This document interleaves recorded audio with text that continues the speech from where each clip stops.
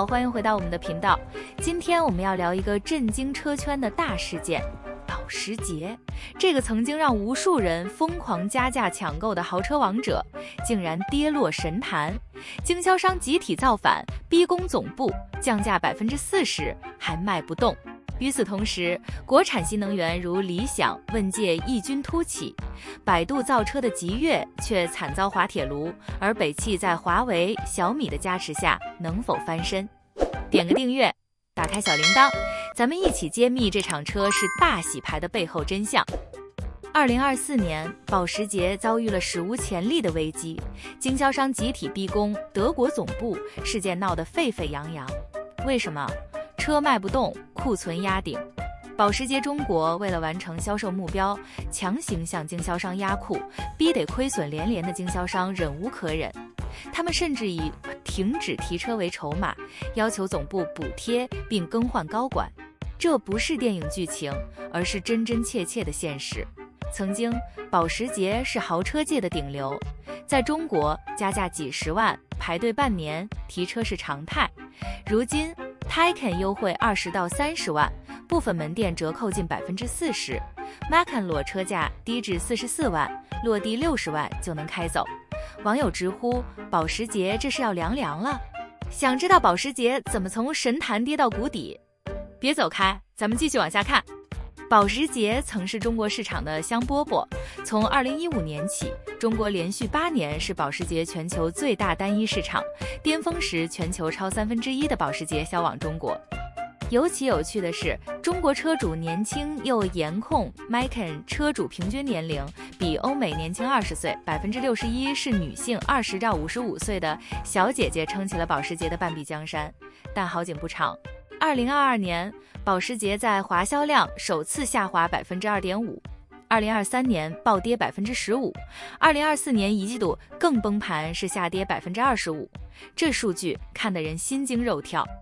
曾经的理财产品保时捷，如今成了 4S 店的烫手山芋。你们觉得保时捷是卖不动了，还是消费者变心了？评论区告诉我你们的看法。保时捷的困境不是孤立。2024年前4个月，超豪华品牌全线崩盘，宾利、劳斯莱斯、法拉利、兰博基尼、阿斯顿马丁、迈凯伦，跌幅全是2位数。主流豪华品牌 BBA 也好不到哪去，宝马一季度在华销量18.75万辆，跌3.8%，奔驰17.66万辆，跌10.4%。奥迪虽上涨，但靠以价换量，底子本来就弱。反观国产新能源豪华品牌，简直是开了挂。2024年4月，豪华品牌上显量前10，理想、问界、蔚来、腾势占了4席，均价超35万。问界 M9 均价50万加，频频拿下同价位销冠。100万级的仰望 U8 月均销量超1000辆。这些消费者买不起保时捷吗？不，他们只是不想买。点个赞，咱们接着揭秘背后的原因。保时捷为何失宠？表面看消费降级可能有影响，但真相是中国车市变天了。2024年4月，新能源车零售渗透率突破50.39%，创历史新高，电车成了潮流。这就像手机行业，燃油车好比镶钻功能机，被贴上过时土鳖标签；新能源车则是智能手机，代表科技与未来。舆论的转变让传统豪车的光环褪色，网友的段子火遍网络。小区门口看到绿蓝色跑车，以为是小米 C7， 兴奋凑近一看是保时捷，失望走人。消费者心态也变了，新能源车轻松打破燃油车的性能神话。保时捷 Macan 在燃油时代以操控著称，但面对30到50万的国产电车，性能、空间、智驾全面落后。纯电 Taycan 和小米 So7 性能不相上下，但高价和选配收费让消费者望而却步。保时捷的新车应对更是慢半拍。2024年推出的纯电 Macan 4和 Taycan 4表现平平， Macan 4双电机4驱，功率300千瓦，0至100千米每小时，加速5.2秒 ，WLTP 续航约500公里，远逊于国产电车。智驾功能全靠选装，连全速自适应巡航、并线辅助都要加钱。国产电车标配全景天窗、座椅通风，保时捷却把消费者当大冤种。你们觉得保时捷还值得买吗？保时捷并非没有翻身机会，它的911等高端限量车型依然吃香，但主销的 Macan 和 Taycan 被国产新能源精准狙击，想突围，保时捷得学 BLA。放下身段，宝马 i3、iX3 大幅降价后销量回暖，保时捷可以降低走量车型价格，赠送选配，守住高端车型的品牌调性，同时加速新能源转型，提升至价和续航竞争力，才能重拾市场信任。你们觉得保时捷能翻盘吗？别忘了点赞支持我们。说到车市新玩家，最近一个品牌火了，极越。为啥火？因为开除小米搜七车主员工事件，一位极越员工因在工作时间为小米搜七宣传并旷工被开除，事件引发热议。真假咱们先不评，极越借机蹭了小米流量，总算让大家知道，哦，原来新势力里还有个叫极越的。极越啥来头呢？它前身是极度汽车，2021年由百度和吉利合资成立，百度持股54.73%，负责 Apollo 自动驾驶、小度、车载、百度地图等智能化技术，吉利持股40.55%，提供 CA 浩瀚架构的整车制造。2022年因新能源车双资质政策，吉利退出极度，双方重组为极越，吉利持股65%，百度35%，品牌更名为极越。想知道极越为啥出师不利？我们继续往下看。2023年10月，极越首款车型极越01上市，定位中大型纯电 SUV， 起售价24.99万。极越01主打智能化，智能座舱搭载文心一言大模型，语音交互超流畅，还能陪聊答疑。智驾用纯视觉方案，号称媲美特斯拉。3电和底盘由吉利背书，表现中规中矩。结果呢？极越01上市首月销量仅几百台，至今总销量约2300台，远不及理想、问界单周销量。极越 CEO 夏一平直言，品牌知名度太低，用户进店第一反应是这是啥牌子，定价也坑。24.99万的入门款用磷酸铁锂电池，续航550公里，智驾要加4.99万，买断或980元每月订阅。高配款续航和智驾强点，但价格直逼30万，性价比崩了。极越紧急降价3万，电池包降到1万，智驾1年免费，还承诺终身免费智驾，但市场依然不买账。同价位的小米苏7、极氪007性能、智驾、品牌力全面碾压。极越还错在营销，主推汽车机器人概念，忽视消费者更看重的性能和安全。问界就靠安全和智驾痛点大卖，极越却没抓准用户需求。你们觉得极越01值不值得买？评论区说说。极越的困境离不开百度造车的曲折路。2013年，百度靠百度地图35.5%的市场份额启动自动驾驶研发，布局高精地图、定位感知。2017年推出 Apollo 平台，陆其豪言打造无人驾驶界的安卓。百度累计砸超1000亿，重点搞 L4 级 Robotaxi， 但法规限制让商用化遥遥无期。未回血，百度推 L2+ 辅助驾驶，与本田、广汽、威马合作。2018年，搭载 Apollo 的威马 EX5 上市，2019年诚心势力销冠，但威马后来掉队。2020年，百度决定亲自造车，因无生产资质找吉利合作。2021年成立极度后重组为极越。极越01的失败暴露百度短板，品牌没沉淀，定价失策，营销跑偏。未来极越需调整价格，强化性能和安全卖点，通过科技圈营销提升知名度。蹭小米流量虽带来关注，但不改进产品即越难翻身。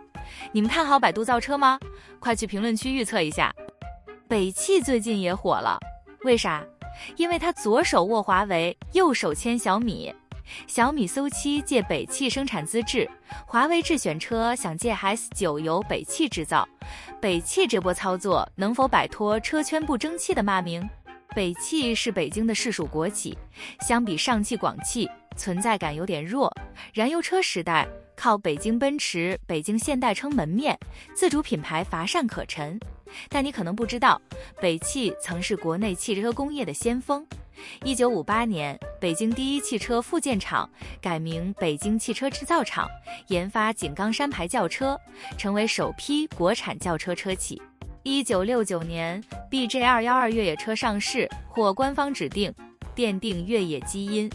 1983年，北汽与 AMC 组建北京吉普，开创中外合资先河。2005年，与戴姆勒合资成立北京奔驰，与现代的合资也步入正轨，迎来爆发期。但为啥北汽总被吐槽？因为自主品牌太拉胯。想知道北汽咋把一手好牌打烂的？别走开！2009年，北汽花2亿美元收购萨博知识产权。2013年获奔驰 E 级车平台技术，推出绅宝品牌。2014至2016年，绅宝销量飙到22.5万辆 SUV， 也有几万台，看起来要起飞了。但好景不长，猪鼻子车标被群嘲，技术落后，暴露问题，变速箱异响，发动机抖动，机油乳化。2017年销量腰斩到10.5万，2018年跌到6.9万，2019年多款车型停产，绅宝彻底凉凉。北汽其他自主品牌也好不到哪去，威旺、银翔、幻速、昙花一现，收购宝沃，冲击高端的计划更闹出德系4兄弟笑话，品牌最后卖给神州租车。北汽自主品牌为啥总是起了大早，赶了晚集？评论区聊聊你们对北汽的看法。新能源领域，北汽曾是王者。2009年，北汽新能源拿下国内首个新能源生产资质。2012年推出 E 系列纯电车。2013至2019年连续7年霸榜纯电市场。2018年销量15.8万辆，吊打比亚迪的10万辆。然而这辉煌有点虚，销量多靠网约车和油改电车型，核心技术几乎没有。2020年，比亚迪核心势力崛起，北汽新能源销量崩到2.5万辆。为冲击高端，2016年北汽蓝谷推出极狐品牌，联合戴姆勒、麦格纳、华为、宁德时代。2019年发布 5G 技术 IMC 架构。2020至2021年，极狐阿尔法 T 和阿尔法 S 上市，但品牌形象差，依赖供应商，销量惨淡。2021年5000台，2022年1.2万辆，连创维汽车都比它卖得多。北汽蓝谷连年亏损，累计超200亿。极狐阿尔法 S 华为版因供应链问题延迟交付，错失市场，被问界 M5 抢了风头。现在北汽把希望寄托在华为和小米身上。小米虽7借北汽资质生产，但合作浅层，未来可能分手。华为则升级为智选模式，合作想借10.9定位中大型轿车，靠华为智驾和影响力，销量可期。北汽新建的北极星平台或有华为技术加持，能帮北汽攒点技术家底，但依赖合作伙伴只是权宜之计。北汽得补技术、营销、渠道、售后的短板，强化自主研发。2024年车市内卷，比亚迪降价王炸，友商跟进，北汽压力山大。你们觉得北汽能翻身吗？快去评论区预测北汽的未来。中国车市正经历100年未有之变，新能源车渗透率超50%，燃油车市场萎缩，豪华品牌光环褪色。国产新能源以高性价比、智能化、快速迭代颠覆市场，理想、问界已跻身豪华品牌前列。传统车企若不转型，恐被时代抛弃。保时捷需优化新能源车型定价和配置，提升智驾竞争力。北汽得靠华为残技术重塑品牌形象。新势力如极越需平衡智能化与性能，打造差异化优势。未来的赢家属于能快速满足消费者需求、掌握核心技术的玩家。好啦，今天的故事就到这里。保时捷的坠落，北汽的挣扎，极越的困境，折射出车市的残酷与机遇。你觉得谁会是车市最后的王者？是传统豪车还是国产新势力？